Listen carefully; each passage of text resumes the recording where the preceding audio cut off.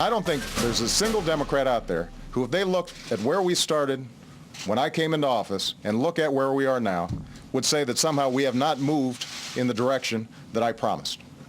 Take a tally. Look at what I promised during the campaign. There's not a single thing that I've said that I would do that I have not either done or tried to do. That was the president yesterday taking on liberal members of his party, arguing he got the best deal he could on taxes. Vice President Joe Biden will meet with House Democratic members behind closed door today. It's an attempt to sell this deal to members on the left who are still unconvinced. One of those joins us now, Illinois Representative Jan Schakowsky. She's here with us. Congresswoman, good to see you. Let me start with the basic question.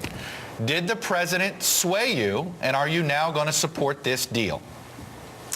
Well, certainly there's a lot of great things. The fact that we extend the unemployment insurance benefits, give tax cuts to the middle-class people, refundable tax credits for poor people, these are all good things. The question is, was the price too high to pay? And by the way, when you talk about price, you may not know, Chuck and Savannah, that this is about the same cost as the health care bill, except over 2 years. The health care bill is over 10 years.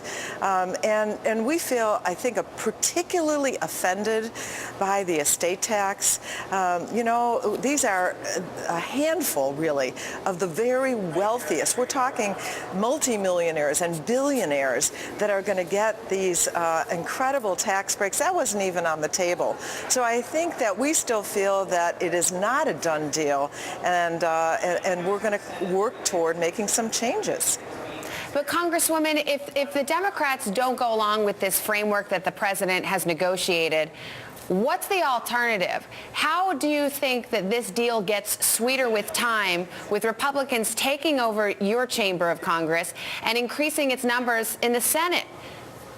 Well, I do agree. I'm one who thinks that this does have to be done before the first of next year. But I still think that we might be able to make some changes. I think if we get rid of the estate tax changes, if we perhaps add $250 for Social Security beneficiaries who haven't seen a COLA increase for the last 2 years. In other words, I think there is still some negotiating to be done and still get it all done by the end of this lame duck session.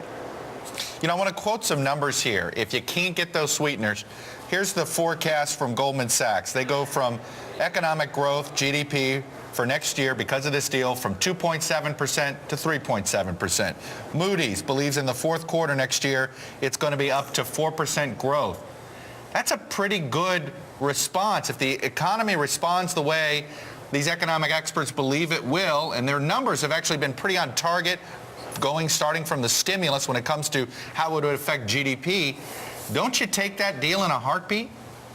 Well, I certainly think, as I said, that the stimulus portions of that are a good deal. But you know what it does do, this plan, is exacerbate a unrecognized problem that we have, and that is a huge transfer of wealth. The top 1% of Americans control more wealth than the bottom 90%. And this disparity in income is not good for our democracy. It's not good for our economy. And many of us think it is not necessary in order to get the deal done. But Congresswoman, I do think. Yeah. Go ahead. I was just going to say, let's bottom line it. Recognizing there are aspects of this deal you do not like and would like to excise. Will you support it anyway if this ends up being the framework of a deal? Well, when I saw the caucus last night and the extent of the unhappiness from all sectors of the caucus, and you heard the same things from the Senate, even from surprising quarters, I think that there has to be a recognition that this is not finished. We'll come to that bridge if we have to, but I don't think we will have to. What did you make of the president's tone yesterday?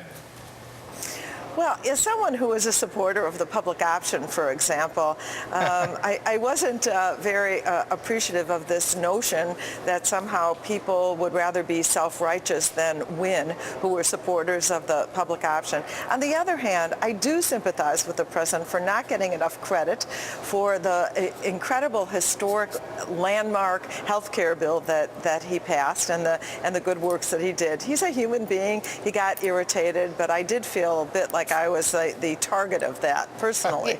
Yeah, do you think the president is demonizing liberals? I mean, does it irritate you that he saves his most potent fire for members of his own party as opposed to Republicans, although they got some harsh words too? Well, they certainly did get harsh words, and I felt until that point, when he went after some of the Democrats, that he was very clear about his position and his willingness to fight. I saw more passion and strength that I've seen in a while. This is the Barack Obama that I know and love from Chicago, Right. and so I appreciated that. All right, Congresswoman Jan Schakowsky. Thank you. Busy day for you with Vice President Biden coming in, all sorts of other things. Thanks for joining us this morning. Thank you.